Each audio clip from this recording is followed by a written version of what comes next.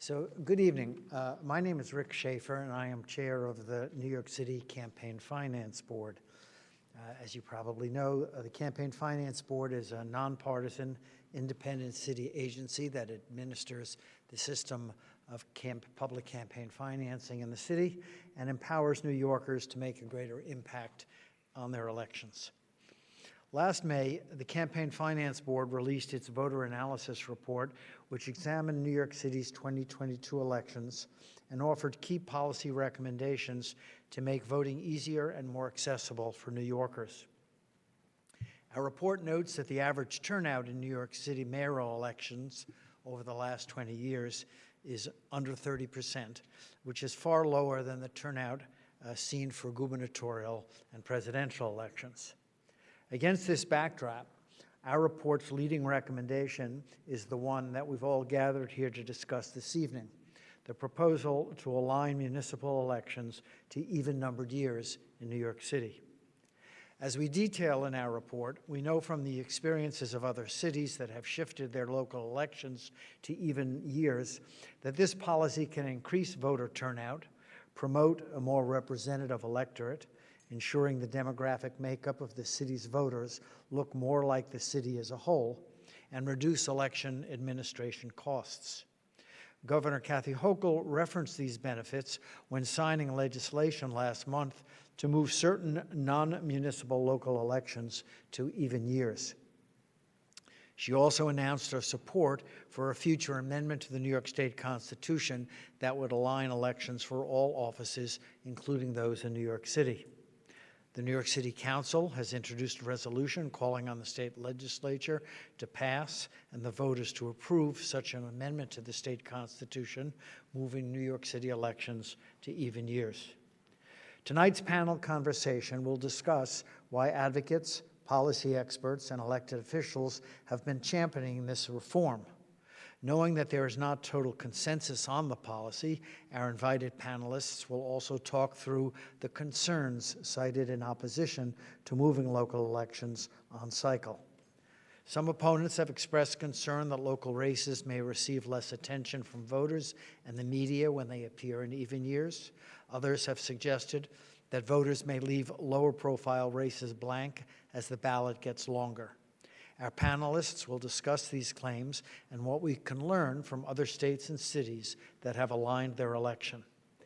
As with many changes to election administration policy, there have also been questions as how to shift to an on-cycle municipal election, how it can be implemented successfully, and what challenges we may anticipate in the short term. Our panelists will be sure to cover this too. Keeping all this in mind, I am honored to turn the mic over to this evening's moderator, award-winning senior reporter at WNYC and The Gothamist, Brigid Bergin, to walk us through an informed conversation on this innovative proposal. Brigid is fiercely committed to telling stories that help people engage and support democracy. In 2022, she hosted a live 10-week call-in politics show ahead of the midterm elections called The People's Guide to Power. And in 2016, she broke the news of a voter purge in Brooklyn just days before New York's presidential primary, triggering city, state, and federal investigations. Brigid graduated from the State University at Albany and the CUNY Newmark School of Journalism. Brigid? Thank you very much.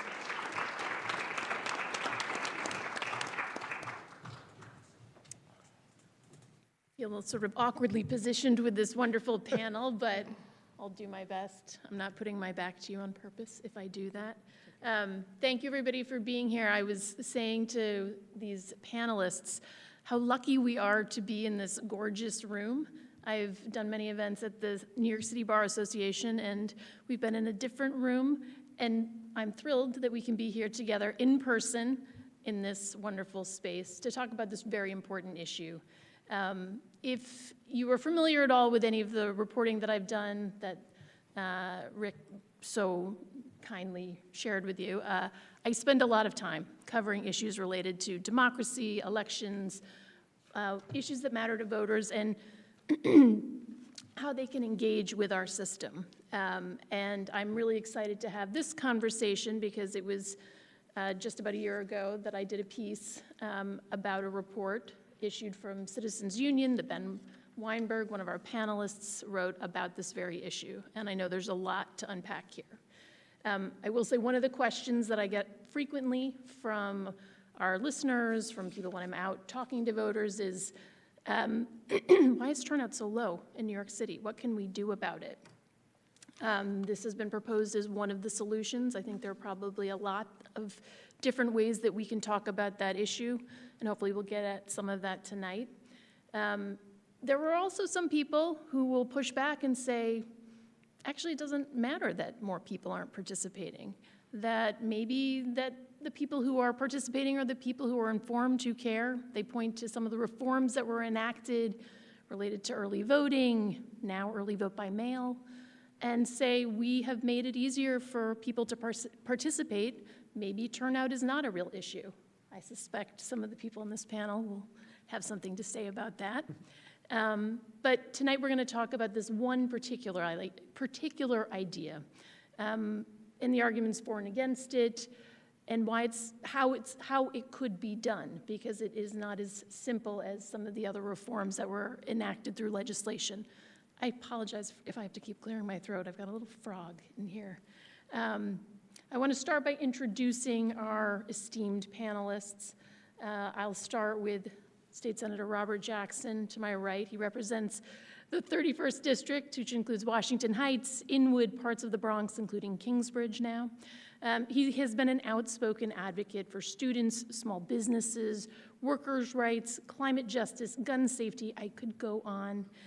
He began his career at the Department of Labor and later worked with the statewide labor union, the Public Employees Federation.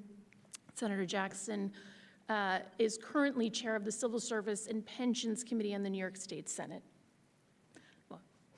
New York City Council member Sandra is to my left. She represents the 20th District in the City Council, which includes the neighborhoods of Flushing, Queensboro Hill, Murray Hill, and Fresh Meadows in Northeast Queens.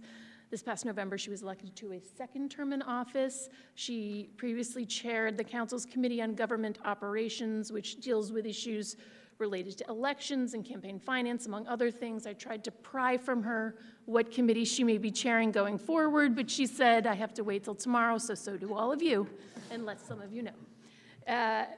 We also have Marina Pino, who serves as counsel at the Brennan Center for Justice. She focuses on issues related to money and politics, election administration, and election security. And at the end, Ben Weinberg, who is Director of Public Policy at Citizens Union. He has also worked on reforming New York City and state's election system, campaign finance laws, redistricting, and much more. I also want to thank the organizers of tonight's event and our event sponsors who helped publicize it to all of you so that you are here with us. And one of the ways I want to start is just a quick lightning round for all of our panelists. In one sentence, if you could, what do you think is the benefit of moving city elections to even years? And why don't we start with Ben, and we'll go down the line. Hello. In one sentence. One sentence. You'll get more questions, but you get one sentence to start. Well, you know what? I'll give it in 2 words. Stronger local 3 words. Stronger local democracy. Increasing voter turnout in underrepresented communities. More people will come out and vote. Can you hear me? No, hit the More button. people will come out and vote. And overall, this addresses a long-standing equity issue for specifically underrepresented voters who deserve to have a fair shot and a fair chance to cast their ballot. Okay. So that's where this is our starting point. Ben, I want to go back to you. You worked on the report that I cited about a year ago that looked at this issue of how election timing can affect turnout. I know that we heard some highlights of turnout numbers from Rick's opening remarks, but can you talk a little bit more about what we have seen as a trend in terms of turnouts, particularly in odd-year elections, and how that compares in terms of presidential and gubernatorial years? Sure, thank you. And thank you, Brigid, and thank you to everyone who joined us to this exciting panel. I just want to start by acknowledging that New York City does have a thriving, engaged, and lively civic society, and we see it everywhere. We see it in, participation in community boards or block associations or public hearings, which I'm sure the council member here knows. And we even see it in many ways in turnout rates for a U.S. president. We don't see that kind of public participation at the same level in our elections for New York City government, for a mayor, for council members, for borough-wide, city-wide elections. To be honest, we do have a serious problem with voter turnout for our local government in New York City. And it's not only that it's a problem, but it's getting worse with every cycle. So you mentioned numbers. So if in the 90s, voter turnout in our mayoral election was around 60%, that's like the Dinkins, Giuliani races. And that was similar to voter turnout in the presidential election in even years at that time. Early 2000s, voter turnout dropped to around 40%. And now, our last big mayoral election in 2021, we had a record low turnout of 23%. And the unfortunate fact is that it drops with every cycle. So last election in 2021 was a record low turnout, but it only broke the record of the previous election, and then that broke the record of the election before that. In fact, it kind of doesn't really matter what is the type of race for mayor at this point, whether it's an open seat like the 2021 election where Mayor Adams was elected, whether it's a re-election campaign like 2017. I can go back to the 2009 election, a contentious re-election campaign for a third term for Mayor Bloomberg. Each one of them was a drop in turnout compared to the one before. So, just considering that, we should really think about where we're heading. We had in 2021, 23% turnout. So in 2025, we'll have, like 20% turnout. In 2029, we'll see 17% turnout. That's the trend. That's, unfortunately, it's a very clear and ongoing trend for several decades. That's not the same in even year elections. That's not the same for the elections for U.S. president or for the House or gubernatorial elections. So just to compare, the average turnout for a U.S. president or in presidential years is around 60% in New York City. And that has stayed rather steady for many years, 60, 61%, 62%. Again, that's 3 times the turnout we had in the last election. Then voter turnout in the other even-numbered year, which is the election for the House or a gubernatorial election, that kind of fluctuates depending on how competitive the race is, or the race for governor or the race for the House. But the main difference is that in even-numbered years, we don't really see that constant drop in voter turnout. And that's a real challenge for the legitimacy of our local government in the long run. Because if we have very low numbers, we have very few people vote, we have again, it's an issue with our democratic legitimacy. I think I'll stop here. I think, I wonder if part of what you started to talk about there, if I could do another, and I'll give you more than a sentence, but if you each want to weigh in a little bit more on, when I asked you initially, why does this matter? What are the benefits of potentially moving to even year elections? You each gave an answer that was a variation of, it will increase turnout. And so I had a debate with another colleague of mine in the world of journalism about this idea of, well, maybe increasing turnout shouldn't be the goal. Maybe more informed turnout. I'm not putting my perspective out there, but that was the point of view that this particular host had, which was maybe the people who are turning out are the people who want to vote. But I think to your point, Ben, and maybe each of you want to talk a little bit more about this, what does it mean to our institutions when people don't participate? What does it mean to the legitimacy of the work that you're doing, the laws that you're passing? It's a perfect segue to you, council members. Sure, thank you, Brigid, and thank you for pointing out that is turnout important. You know, something I have naturally assumed, working in government, being an elected official, that of course turnout is important. I won't even think twice about why should we even argue turnout is important. But I'll roll it back a little bit. My district is District 20. It's majority Asian, and it is below the average. It's been below the average with the governor race and the presidential race, definitely very below the average with the mayor's race. And, you know, something I worked on, you know, even before becoming elected, I have always asked my Asian American community to come out to vote. And the question is, they will always ask, why is it important to come out and vote? Which is a really good question. And I said, every elected official, and Senator Jackson could speak to this, we might not know who you voted for, but every elected official knows very well the demographics of the turnout and who voted, not who, but the demographics of the turnout that voted for you. So whether it comes down to something like funding, advocating for the policies that affect your community, that's why it's important, you know, especially as an underrepresented community in turnout, that you need to go out to vote. So I always said this to, you know, the communities I work on, that your vote really does matter. And a very practical point of view, too, I'm a city council member. Maybe a lot of people in this room, and maybe a lot of people have no idea what's a city council member and what a city council member, what do they do. It's always more exciting to vote for your, you know, your House of Rep, more exciting to vote for the governor, the president. But what is it your city council member does, right? But in those elections, especially when turnout is so important, it's because those elections are where it can be very, very close. Your margins of victory at that point is so minimal that every vote really does matter.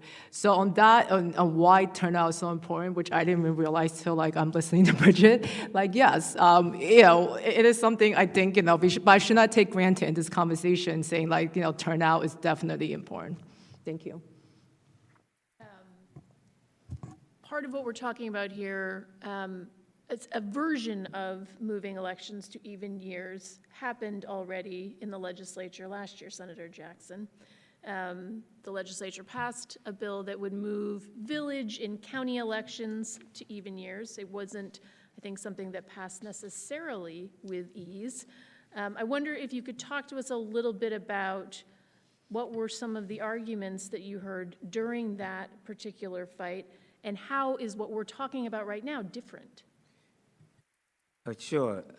My colleague, Scoofus, from the Mid-Hudson area, he put forward a bill basically saying to move the electoral process in local elections for towns and I think villages. And he said that it will give a much stronger turnout if it was combined with the state or federal elections. In essence, people hear about what's going on now with the presidential primaries. People hear about state elections, mind you, in New York State. From a legislative point of view, there's 213 legislators, 150 state assembly members, and 63 state senators, and all of them, including myself, are running, hopefully, for a re-electoral process. But the most important thing is that the excitement and the even years is all there. People are out there collecting signatures, talking to people, all of the things that you need to do to make, you know, a difference. And people say, well, you know, why should I vote? Because every vote counts. Every vote counts. And maybe they may not have seen where an electoral process with 1 or 2, 3, 5 votes. And people would say to me, because I'm the only knucklehead, no, I'm serious. I'm the only state senator or elected public official in Albany that wears a button that says Robert Jackson City Council, our city council. So I take pride in who I am, and when the people see me in the subway or on the streets, and some of them come up to me and says, thank you, you know, we think you're doing a good job. But then some of them say, you know, when you were a member of city council, you're voted for an extra term, and I would never vote for you again. But you know one thing? That's their right if in fact they feel that way. But the most important thing, we want them to be engaged in the process and understand it. And it reminds me when an electoral process I was involved with, we literally had a drummer and going up St. Nicholas Avenue, and people are looking, and we're handing out the flyers and everything. That's engagement, instead of waiting to say, I don't care who votes, you know, I'm going to get elected anyhow. No, that doesn't happen. And so hopefully what this does excites people to be more involved and read about it and see it in action. And then when we do that, they would say, you know, I voted for these people and I think they're doing a good job. Or, just wait till I see them again. So that's democracy, and that's a good thing. That's why we live in the United States of America. Marina, do you want to pick up a little bit on the difference between the process, what we're talking about with the 2024 potential change to the state constitution versus changing through legislation what they did last year? Absolutely, yes. So what Senator Jackson was discussing was this bill from last session that, and Brigid, you sort of touched on this too, seeing that there was widespread support leading up to the governor signing that bill. There was some voices of opposition, but we at the Brennan Center were super excited to see so many pockets of the state and all corners of the state really turn out and voice their support for this policy. We're talking from good government groups, from racial justice organizations, election commissioners themselves.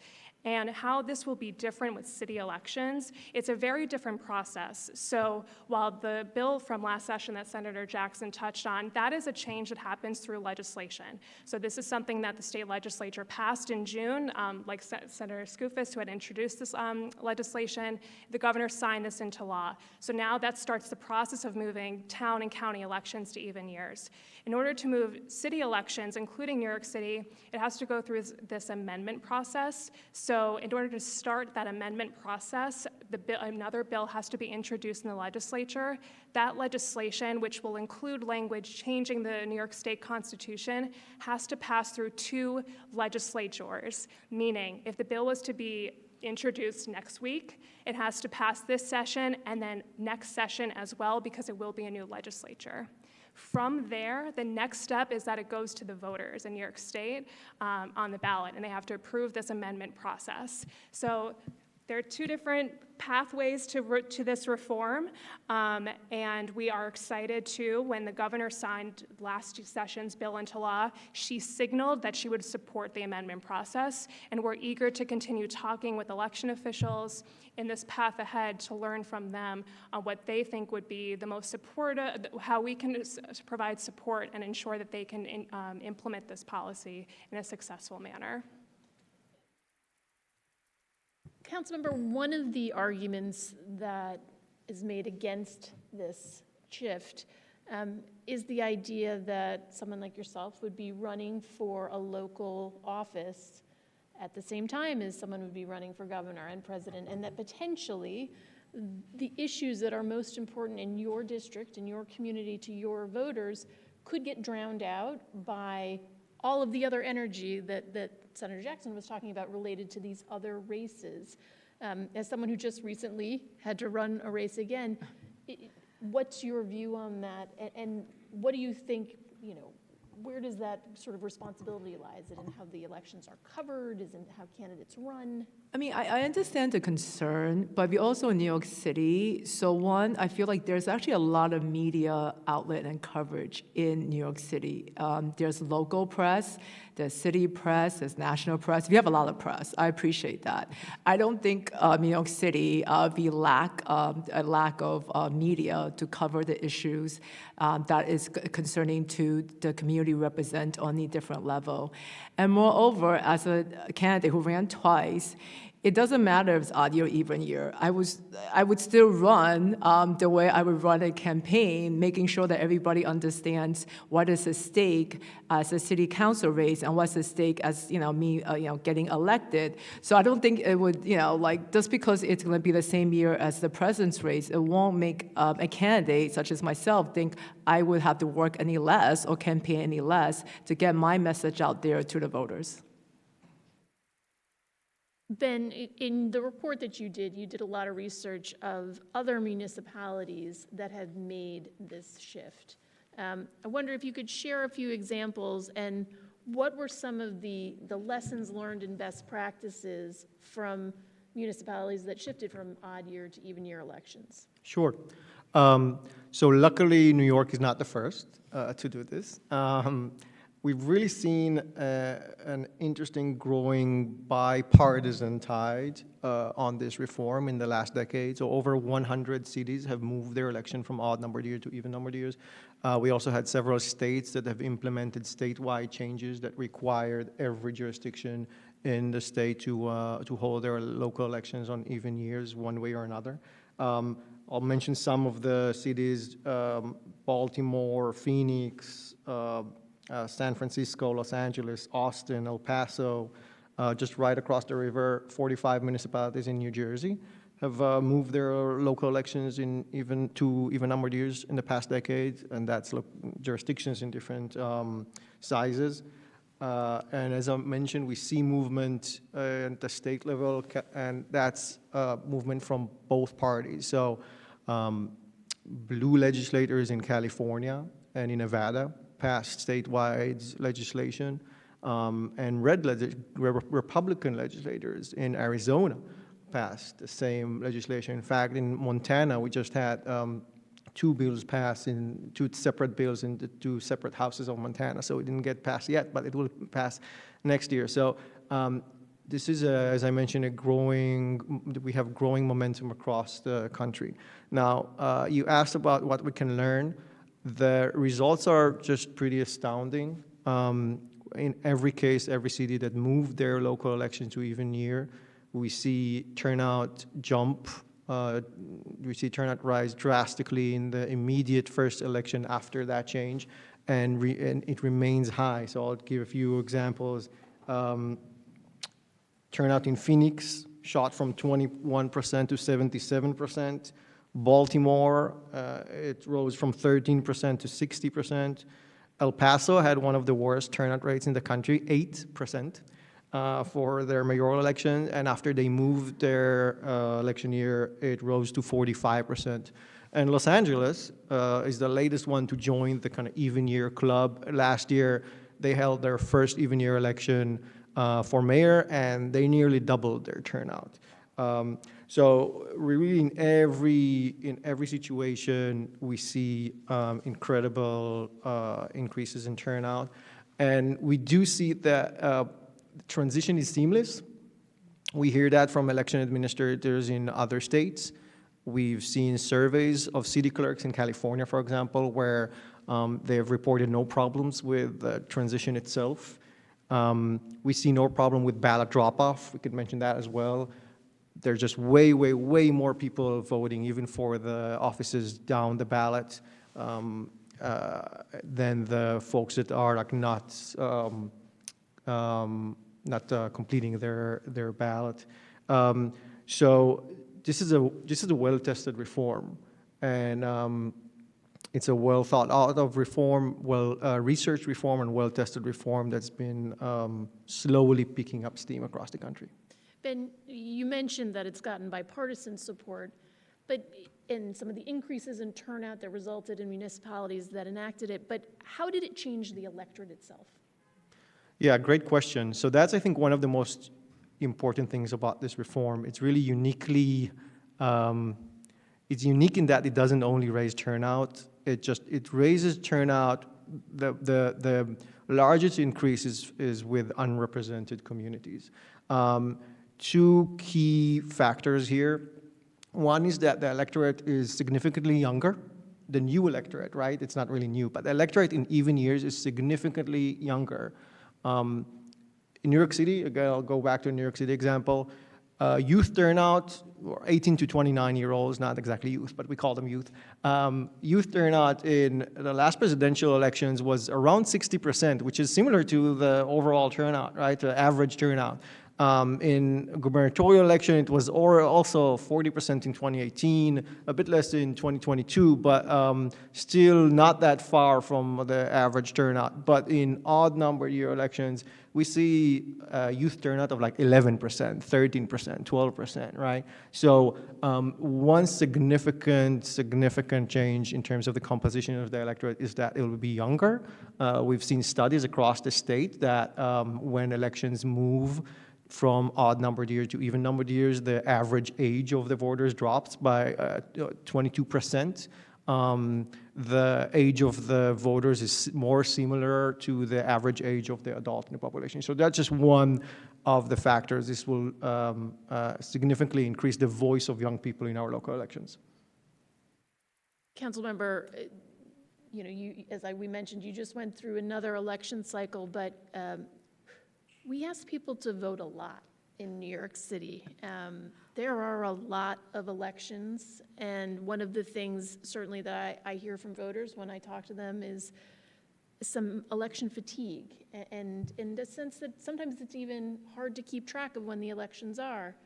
We have a special election out in Queens and Long Island in just less than a month. Better? Yeah. Great. So, Councilmember, can you talk about how this policy might address, and do you also hear this concern from voters about election fatigue?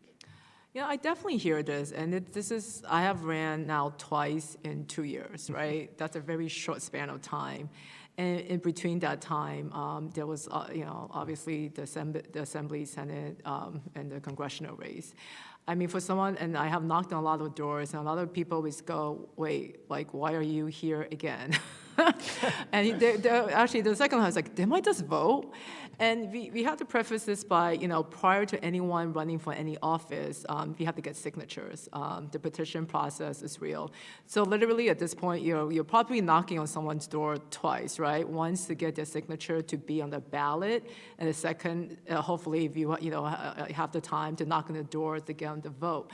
So we add all that together with the amount of elected officials running and the amount of time, there is definitely election fatigue. There's also just confusion. I know sitting up here, of course, it's easy for me and just, to say, hey, I know when, the Senate race, Assembly race, Congress race, we know this. But, to an average voter, that's really a lot of races to be thinking about, keep on track of.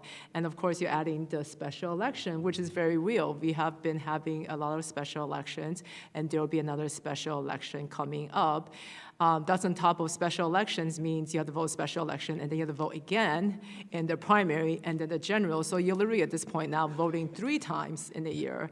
So I think the voter fatigue is very real. And sometimes I think when I knock on someone's door, half the battle is actually just getting them to the poll site.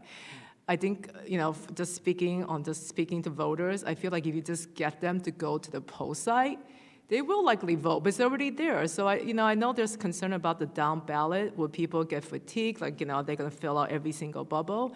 But I generally think most of the time you get them there to the actual poll site to vote. From the top of the ticket to down. I think this concern, while I do understand where it's coming from, I think it shouldn't be over defeating of what you're trying to do right now. Can I pick up on that? Sure.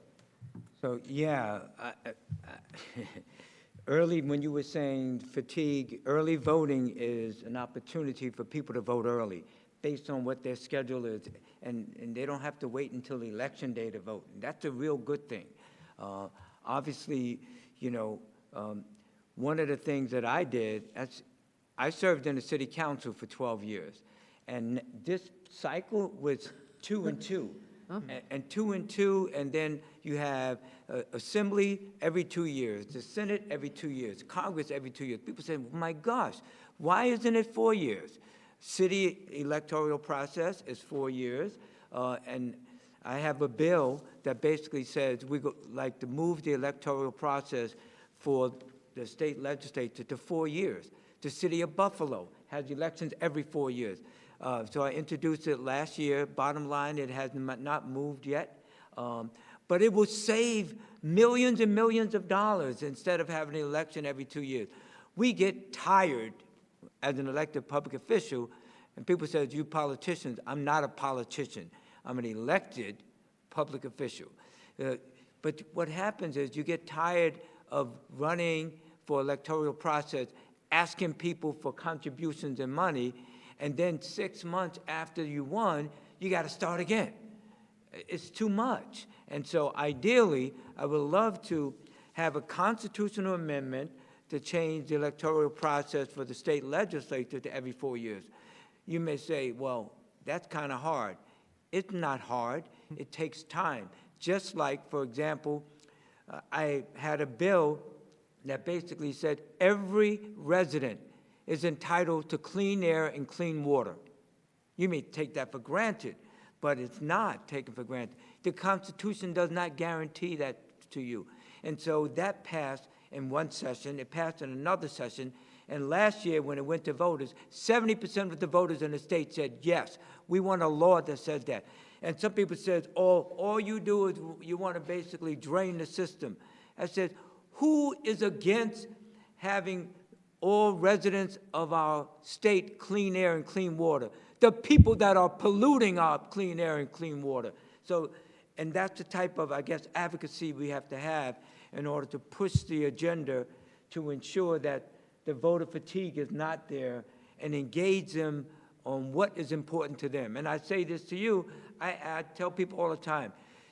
People ask me, what's your major issues and concerns? And I'm asked that everywhere.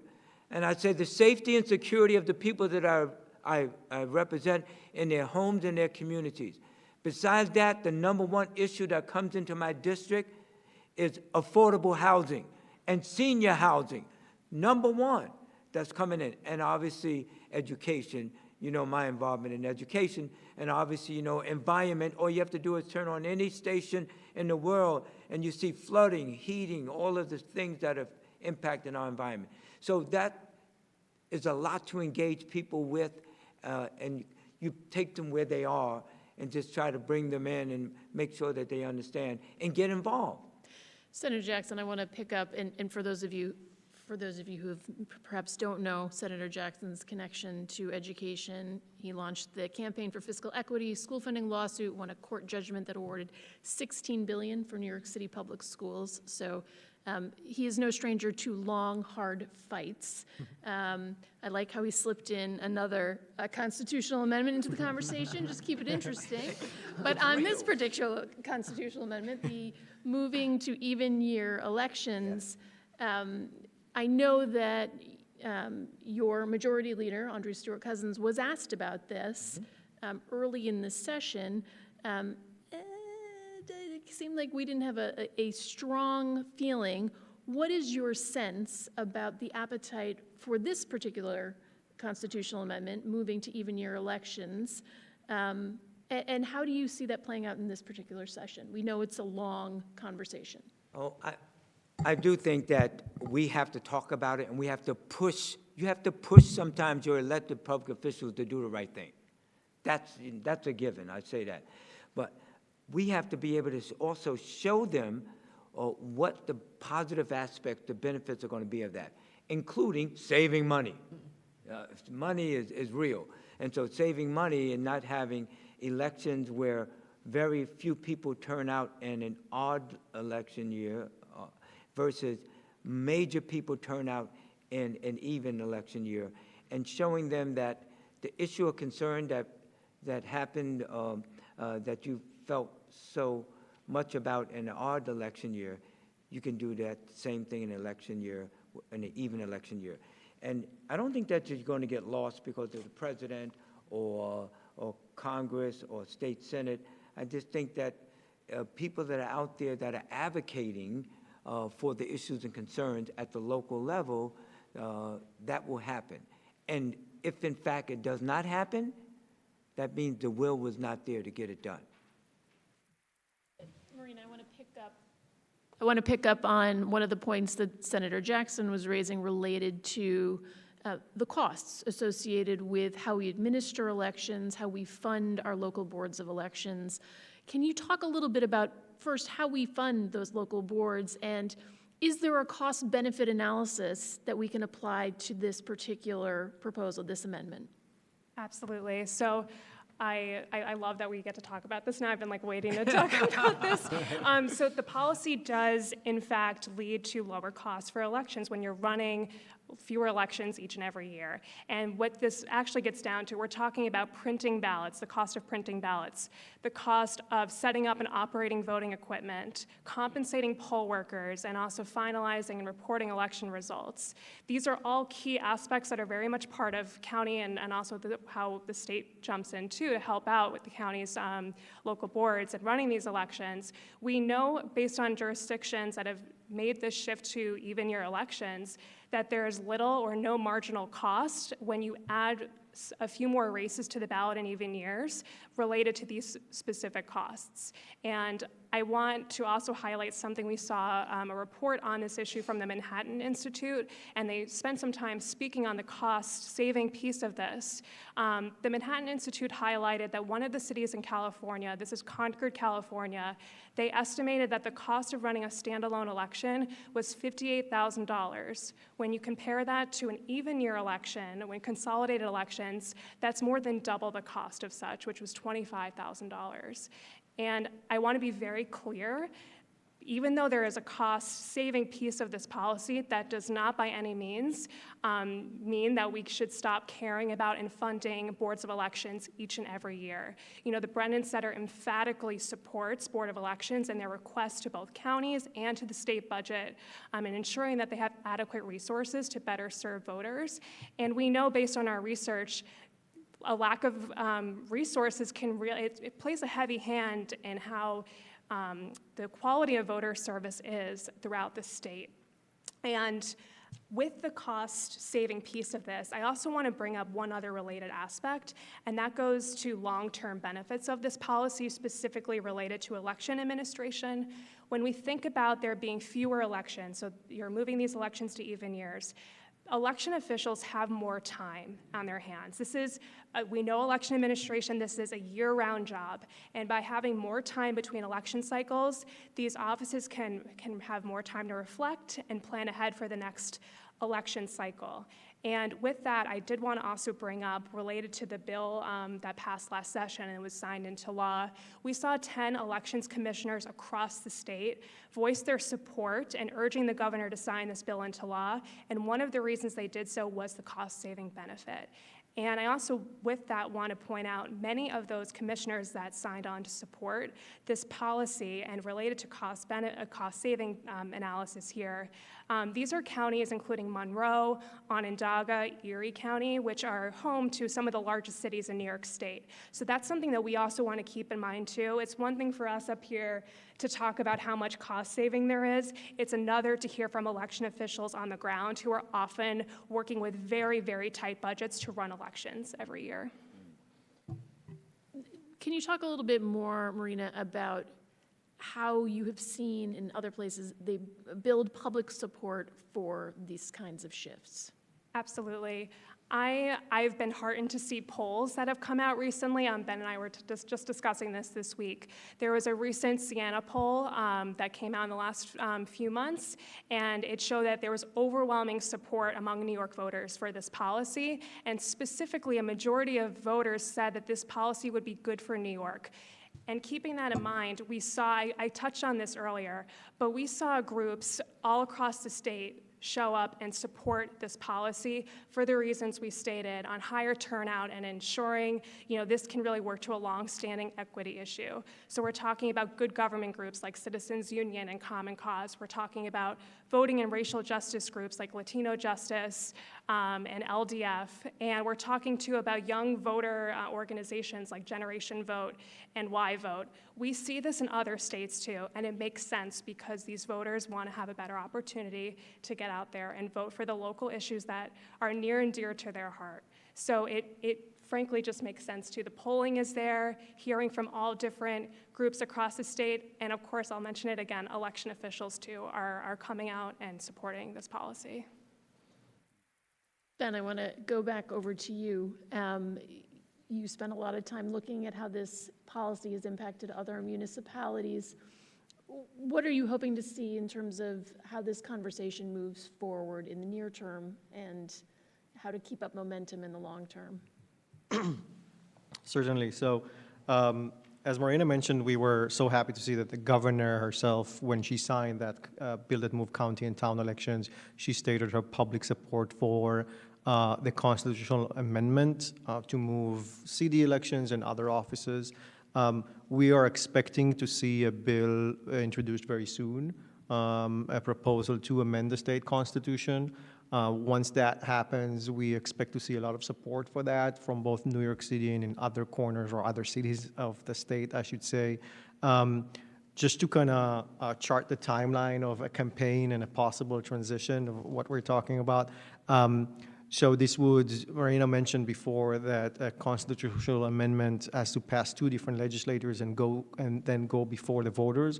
So we're talking about New Yorkers voting on this, let's say either 2026 or 2028. So there's time, but it's not that far away.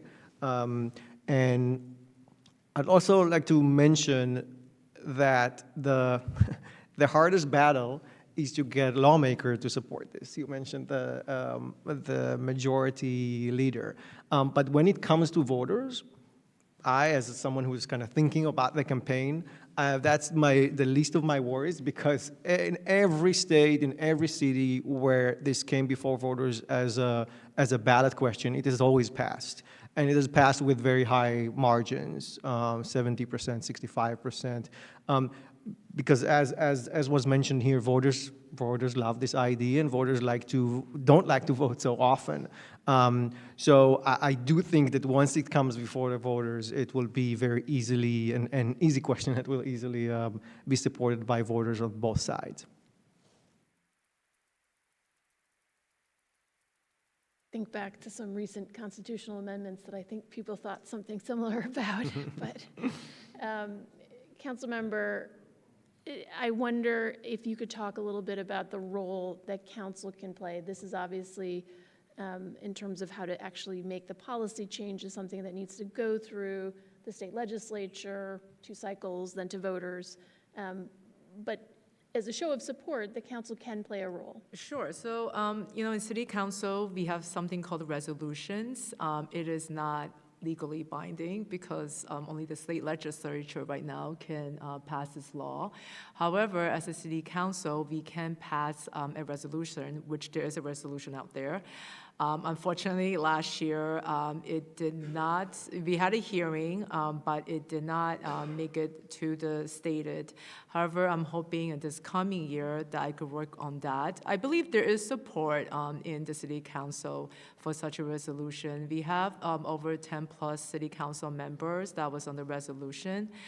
And I think increasing voter turnout and reducing costs is 2 great benefits that I believe the majority of the City Council member would agree with those 2 outcomes.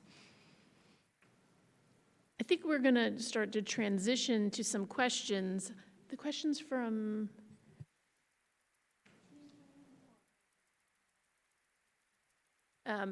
Before we open it up to questions from all of you, I have a couple of questions submitted by one of our esteemed colleagues, Jeff Weiss, who's a professor, adjunct professor, senior fellow at New York Law School. Welcome. And so I want to ask his questions to the panel before we then see if any of you have questions for some of our panelists. We've started to touch on this, Marina, so I'll start with you.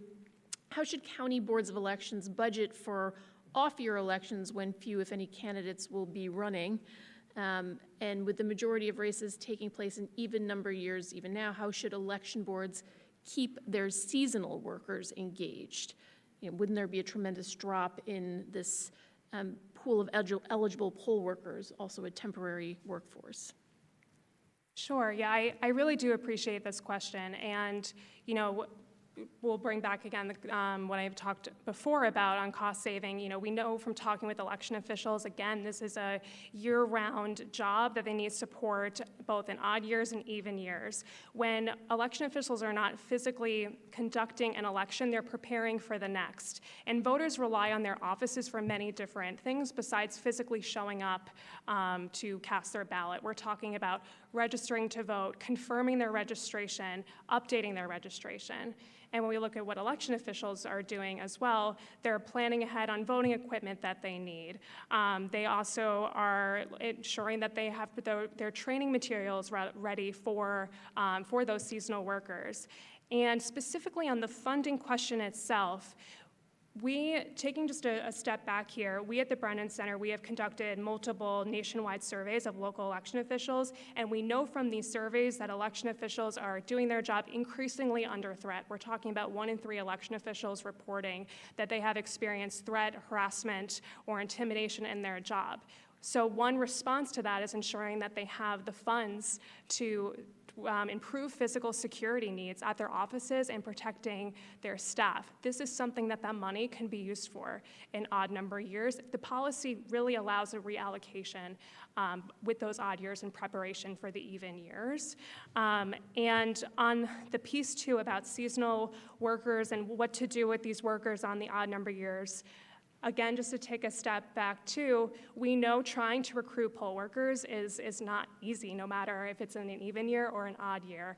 And there are bills pending in the legislature right now to actually work towards that issue, one of which would allow for split shifts for poll workers to ensure that if there are folks interested in serving as poll workers, they have the means to do so.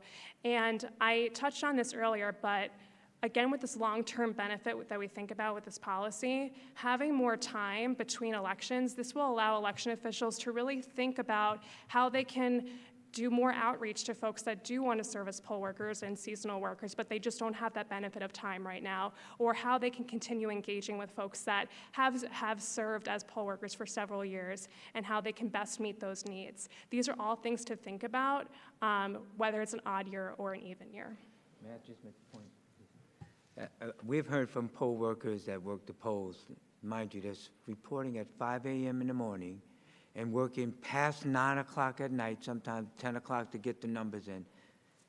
They need more money. So they should be paid more money for what they do. Because you look at it, 5 to 5 is 12 hours. They're working like 14 hours on election day. Come on. $200 is not enough.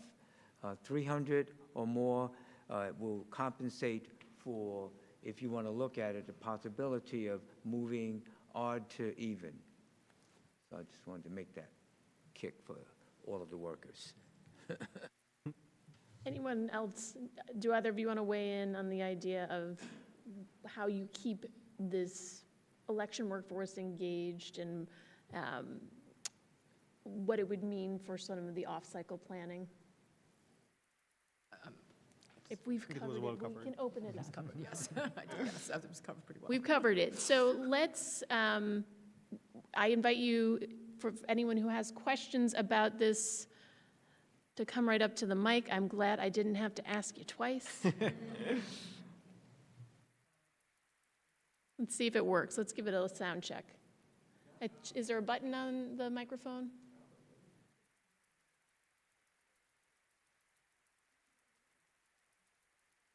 No, can't hear that.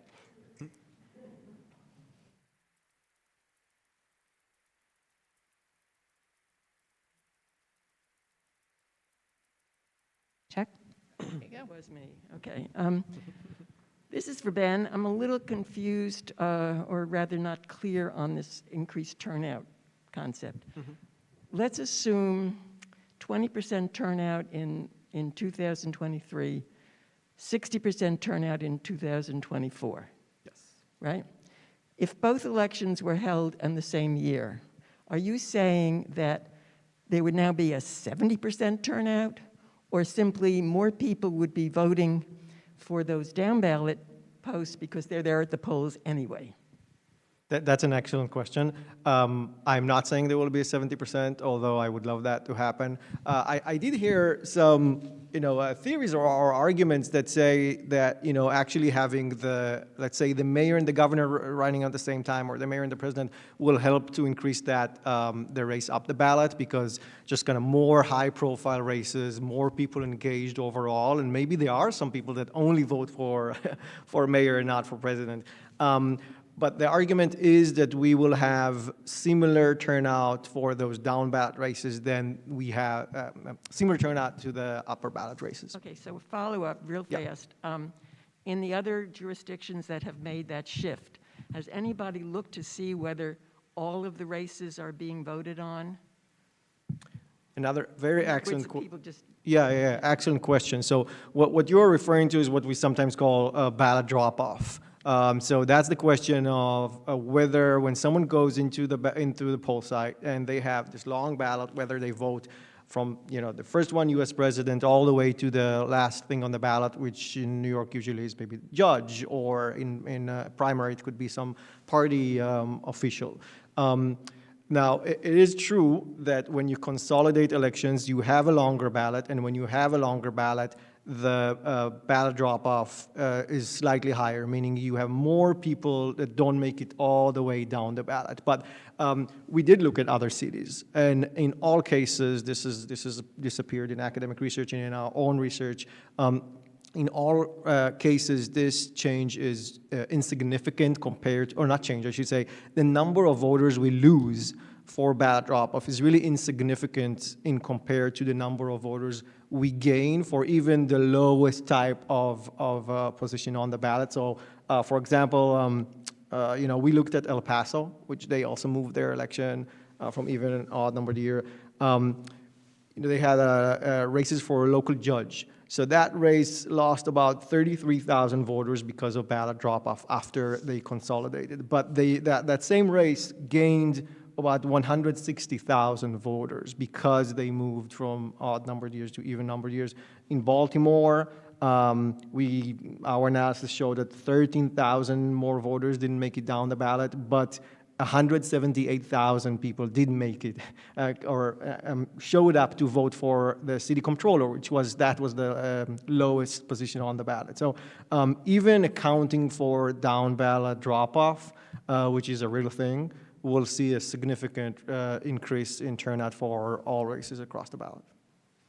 Can I comment on that? So what we normally do when people running for office, you're out there soliciting the vote for me type situation at the polls. And especially if there is a lot of people on the ballot, says, don't forget to turn it over, flip it, and because there's information there, referendums and things like that. So we have to, when I say we, those individuals running for electoral office and advocates that want to see a referendum passed, we have to be out there giving information to people in the community and engaging them in this discussion so they can turn it over and do it.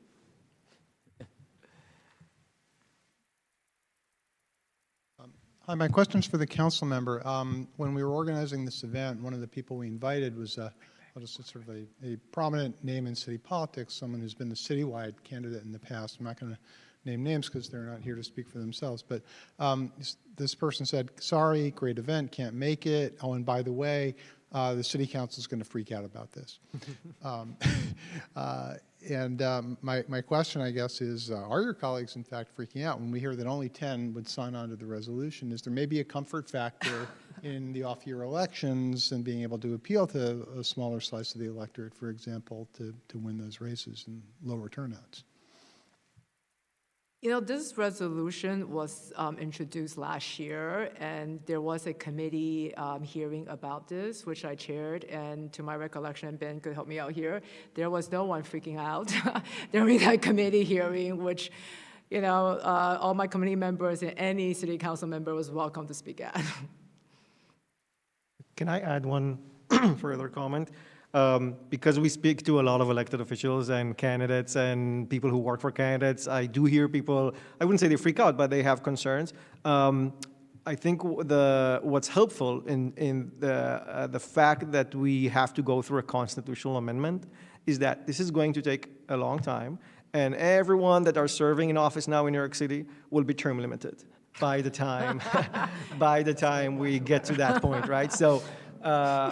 Because as kind of the timeline we mentioned, let's say it passes in 2026 or 2028, we would probably have another election, off-year election in 2029, and that election will be that transition term. So it will probably be shortened, let's say, by 1 year. In 2029, the mayor, the council members, everyone, assuming many of them are reelected in 2025, that will be their last term. So that helps us make the case. Because it's not, it goes beyond their kind of immediate political concern, and they can think for the long term. Hi, for those who don't know me, my name's Aaron Foldenauer. I'm an election attorney, and I'm glad that Rick Schaefer is here today because I represent a number of candidates before the Campaign Finance Board, which has a great public fund system. And a city council candidate gets approximately $200,000 in a certain race. And that goes a long way in an off-year election. And here's the concern with this proposal now, and it goes to the issue of local issues being drowned out by the latest dumpster fire or whatever is happening in Washington, D.C. And that poor city council candidate who's talking about the schools, who's talking about composting, who's talking about the police, who's talking about local issues, isn't going to get his voice heard. And that $200,000 that poor candidate is getting in public financing isn't going to go very far because all of the political consultants are tied up on bigger races, and everyone's focused on Trump or Biden or the latest issue going on in Washington, D.C. So shouldn't we talk more about local issues? And didn't we, by the way, have a good election here in 2021? We had Eric Adams, of course, elected, previously unknown to the general public candidate, Catherine Garcia, almost won. Maya Wiley came in a close third place, very close. So we're talking about all minorities. And then Andrew Yang, of course, got a lot of publicity. So didn't we have a good 2021 election? And shouldn't we spend that year focused on local issues rather than getting distracted on what the latest thing is in Washington, D.C.? Thanks, Aaron. I think one of the points that Ben made to start the conversation was the fact that while 2021 had better turnout, it still had 23% turnout, which is far lower than the 60% we see on average in gubernatorial and presidential elections. So that's probably one of the issues. But does anyone else, any of the panelists want to weigh in? I was just going to say, I think I did mention this earlier in terms of a city council candidate, and we shouldn't underestimate a voter and their ability to, understand all the issues out there.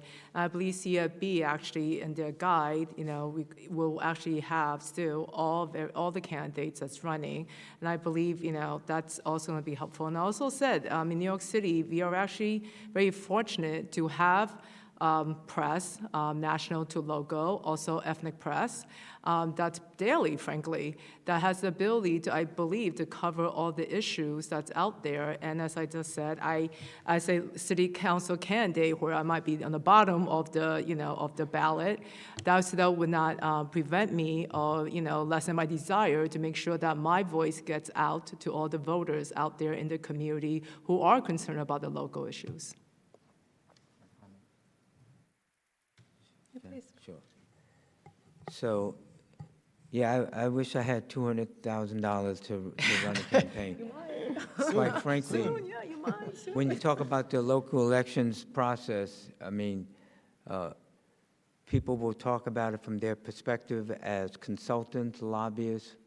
But I say to you, I've run my campaigns on the ground, where We hired people and gave them flyers and went to the subways and went to the schools and all of the things that are within your geographical area.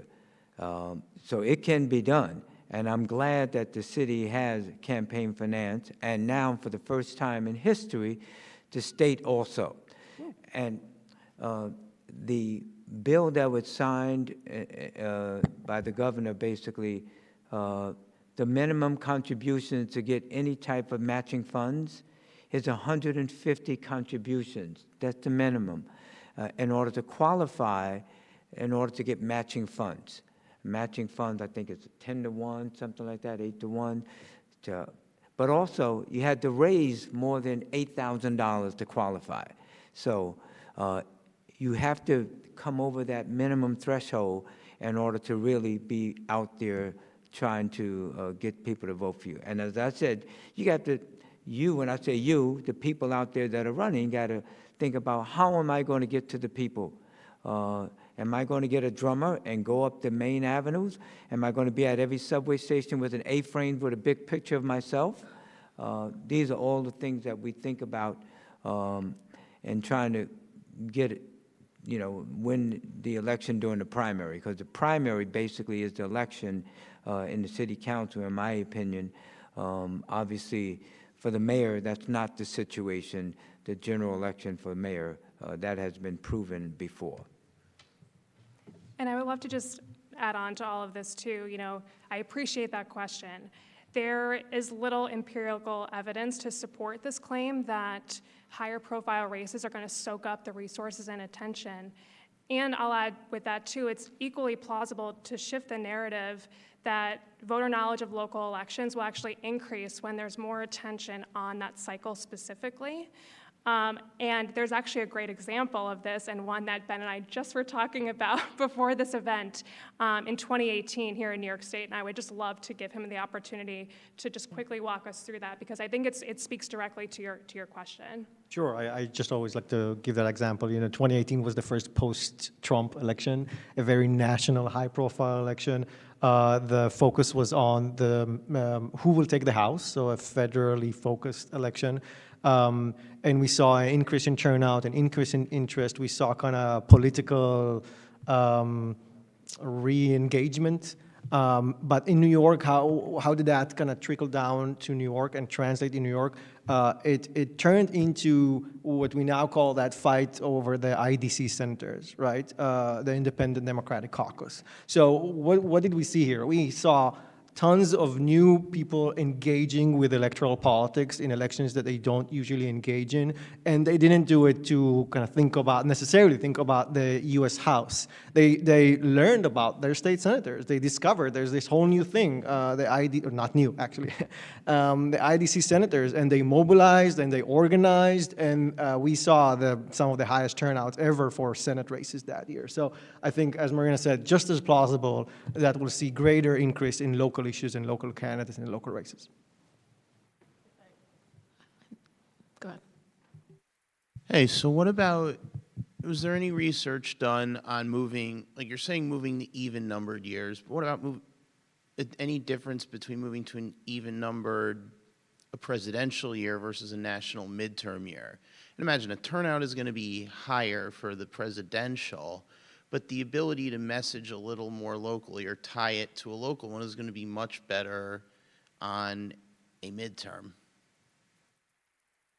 Yeah, I can answer that. We're going to have to make a few decisions, or to answer a few questions when we transition. One of them is this: what election year are we going to transition to?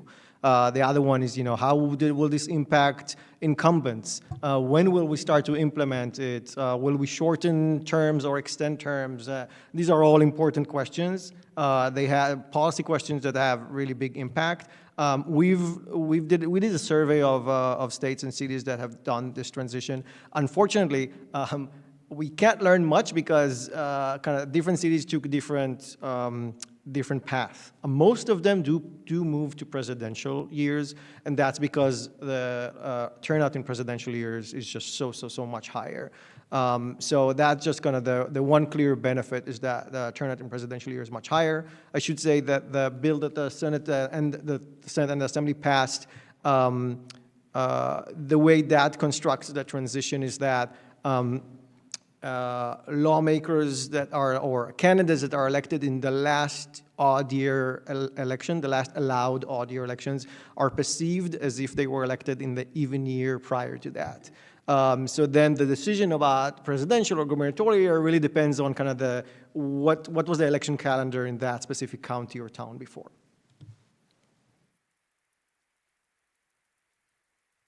Yes, hi.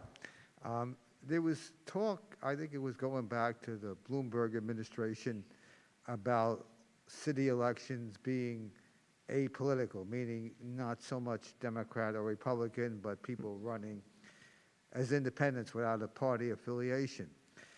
When you consider the fact of moving these elections to the even number years, I think another issue that comes to mind is the fact that people, when they see so many candidates running for various positions, they're going to tend to vote more straight down the party line with the coattails, meaning in a presidential election, you're going to have who they're voting for president, those coattails are going to go all the way down the line. And I don't feel that the candidates running for city council or for mayor would get the proper attention and consideration, because people many times will be just so fed up with having to vote for so many people at the same time.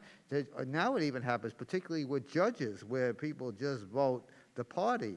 So I think that this is not a good idea, because the local people, mayor, city council people, etc., will not get the proper hearing that they need, because people will just look at it more as a party issue. I mean, they look at it as a party now, but even more so in this type of thing. I like your comments on that subject. The one other point on a different subject was mentioned about making 4 years for the state assemblyman, for the assemblyman and the Senate.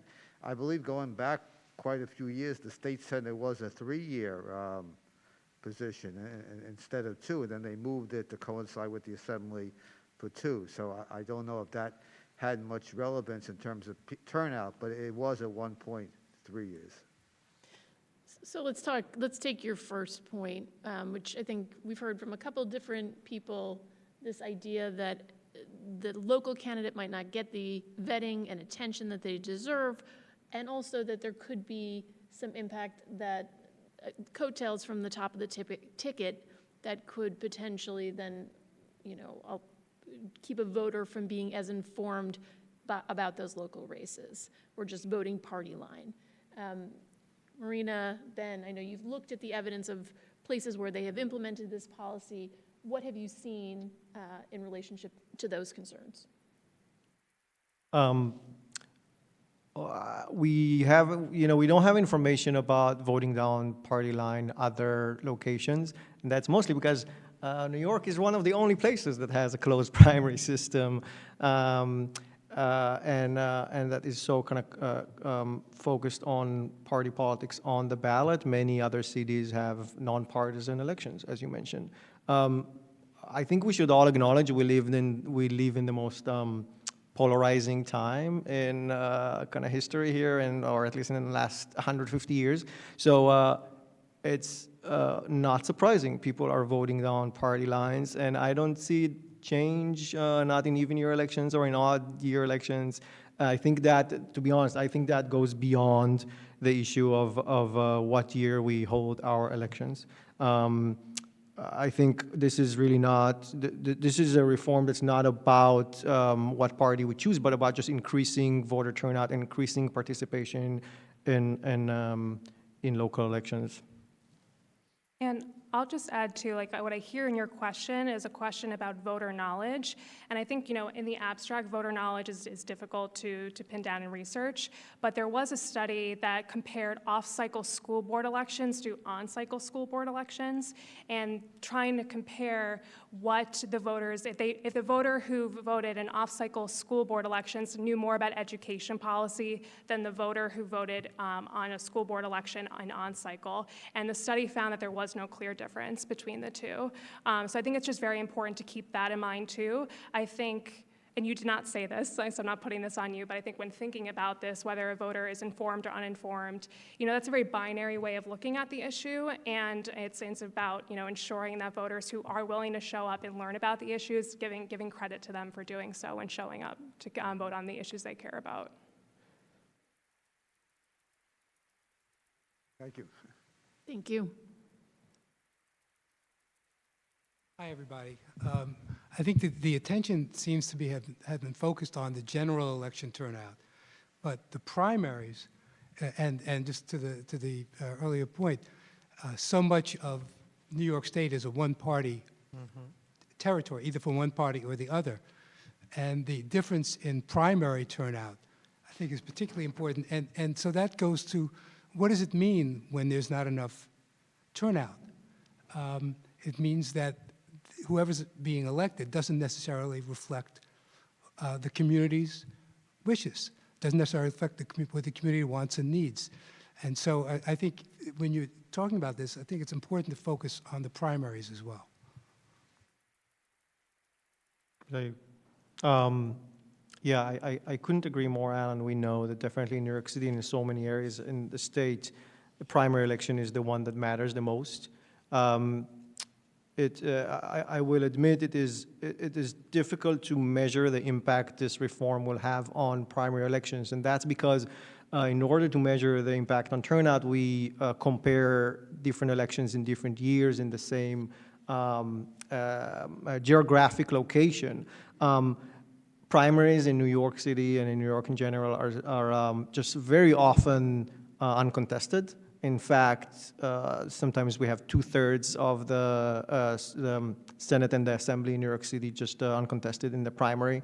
Even if you think of a presidential election, we had uncontested presidential primaries, we had uncontested gubernatorial primaries. We rarely have a Republican primary in New York City, and sometimes for governor as well. And other issues that they haven't been on the same day. So we have a presidential primary in April. We used to have a federal primary in September and a local primary in June. Unfortunately, we don't have the data to really see. We have preliminary data that shows some increase in turnout in the primary, but it's not as robust as the general election because we don't have the data. I will say that, again, because New York is one of the only cities that hold their elections on odd-numbered years and has a closed primary system, it's hard to compare with other cities. Baltimore is one of the few examples of a city that's going to run similarly to New York. They moved their election from odd-numbered year and even-numbered years. Turnout in the primary election there increased from 20% to 34%. So that's an excellent example. It's one example because it's so hard to compare different jurisdictions on this issue. But I think it is plausible that we'll see the same increase and the same turnout rates that we see in a presidential or gubernatorial election. I'll say one thing that the former gentleman mentioned, nonpartisan election, open primaries, is certainly another way to kind of solve the puzzle that Alan mentioned before. It's just harder to pass than a constitutional amendment, so good luck to everyone with that. Can I make a quick comment on that? Because in New York City, Democrats are I guess by 5-1 for Republicans and what have you. And so this is a Democratic city. And so the expectation is that Democrats are going to win the electoral process. As I said earlier, I'd say that down the line, going all the way up, except for when it comes to mayor. Bloomberg uses money to get elected. He was elected. And so others can also, without all of the money. But the bottom line is that this is, even Governor Cuomo going back, he put past something that you had to have X amount of people vote for you in order to remain a party. And as a result of that, the only parties that exist now is the Democratic Party, the Republican Party, the Conservative Party, and the Working Families Party. The other parties fell off the ballot because they did not meet that minimum qualification. And so who do we blame? The person that pushed it, and that was Governor Cuomo. Some Mix of it up the, with all I'm sorry, kinds some of people election can't say issues. that, but I can.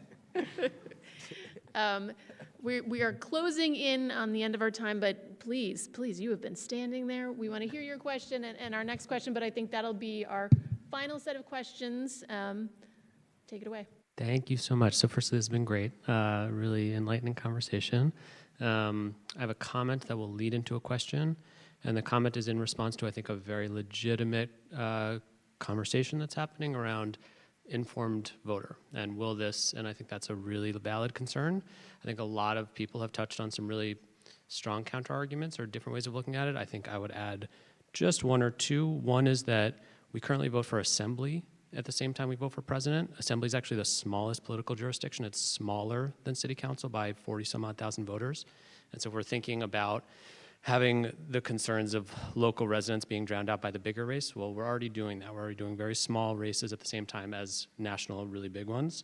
Thing number two is the idea that if indeed turnout's going to double, maybe even triple, right now city council and only needs to really be talking to the 20% of people who actually vote. But now they might need to talk to 60% of the people, and therefore they will be reaching out to a lot more people, and there's a lot more information out there. And the final thing, and this is going to lead into a question, is I think we should be asking, what do we think of as an informed voter, right? So what we know is that odd-year elections skew whiter, skew older, I believe skew wealthier, but I forget if that's one of the characteristics. But that's who's voting odd year. And so, Ben, you were talking about how even your election sees an increase in youth turnout. The report also does a lot around, or it has some really fascinating data looking at sort of the micro lens of what it does for immigrant communities and communities of color and the like. So I think that I'd like to bring that out a little bit more because that hasn't been brought up very much. And then I think that complicates this idea of what an informed voter is, because if we're seeing a more diverse electorate, that to me is informed voting. So thank you so much. I'll answer quickly. That's an excellent comment and point. Yes, we didn't mention that enough here. The data shows, not only in New York City, everywhere across the nation, that one of the largest changes we see when we move local elections to even year is that the electorate, the voting population, is more representative of the jurisdiction itself, of the city. In New York City, that means that if you compare turnouts in odd year and even year elections, you see that the greatest gains in odd year elections go to communities of color, go to majority minority districts. Specifically in our analysis, Latino majority districts saw like the largest gains, much more than white majority districts, but the same went to other groups. We see that around the country. There was a very interesting research being done by by Harvard Law School, folks at the Harvard Law Election Lab Clinic, just a few months ago, that surveyed counties in New York and found the same differences. There's actually litigation going on that argues that holding odd-year local elections is a violation of the Federal Voting Rights Act. There's at least one lawsuit that tries to move a city in Colorado to an even number year election because they argue it is discriminatory towards voters of color. So this is a policy that won't only raise turnout, but will help us to kind of reduce those racial gaps in turnout. Good evening, and thank you for this excellent conversation. There's a lot of thoughts, but I'm just going to cut in the interest of time. I'll just get to the question. What parallels, if any, do you see between low turnout and the decline of media? I used to work in journalism like Ms. Bergin. I worked for the Associated Press from 2000 to 2007. as you and everyone else in this room knows, the media has gone through a lot of changes since then. And when I look at what the profession has become now in 2024, I don't see a place for myself in it. And so with the rise of, and I hate those euphemisms, disinformation and misinformation, because as far as I'm concerned, they're lies and propaganda. So I was just wondering, in your opinion, do you think there's a connection between that and the decline in voter turnout? Thank you. I would say yes. People, they're watching everything on the TV and what's happening at the national level with Donald Trump and President Biden and so many things that are impacting how people think about that. One, including the war with Israel and Gaza and things that are happening there. And you hear people say, I'm not voting for these people because of A, B, C, D, E, F, G, so forth and so on. And also, people, I think, want honest answers to questions that they put forward.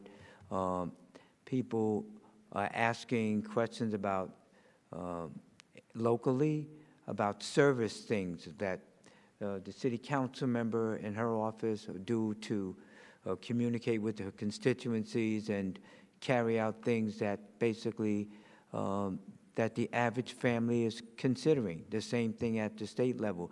And I heard one comment from one of the people that came up who talked about the least number of people in an electoral process is the New York State Assembly compared to the City Council. City Council is about 165,000, and I think the State Assembly about 140, if I'm not mistaken. State Senate, 330,000. Members of Congress, about 700 to 750. So, you know, that's a constituency that we service. And I just think that people need to ask questions, inform their opinions, and hopefully engage in the electoral process and do the best they can to elect the best people that they think is going to do a good job for them and their families. Well, with that, we have started a conversation that we know is going to go on for quite some time. Ben laid out the timeline. Thank you all for coming out tonight. Thanks for your questions. Thanks to our sponsors for organizing it. And thanks to my esteemed panelists who had lots of interesting insight to share. I really appreciate it.